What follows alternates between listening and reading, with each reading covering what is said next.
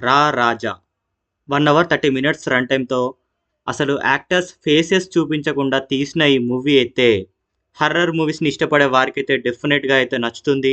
మరి basic story వచ్చేసి రాజా and రాణి ఇద్దరు ప్రేమించైతే పెళ్లి చేసుకుంటారు.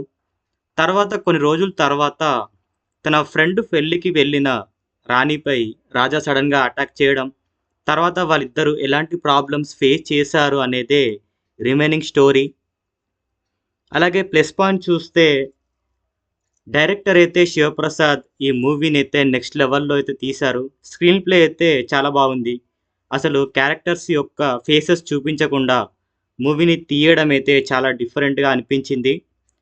మనం చాలా హర్రర్ మూవీస్‌ని చూసినప్పటికీ ఈ మూవీ అయితే ఒక డిఫరెంట్ కాన్సెప్ట్‌తో తీశారు.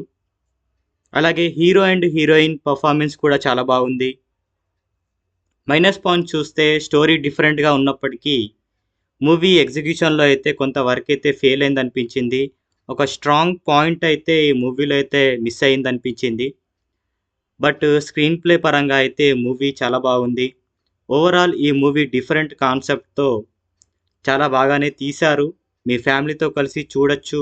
No problem. నేనైతే 2.6 రేటింగ్ అయితే ఇస్తున్నాను.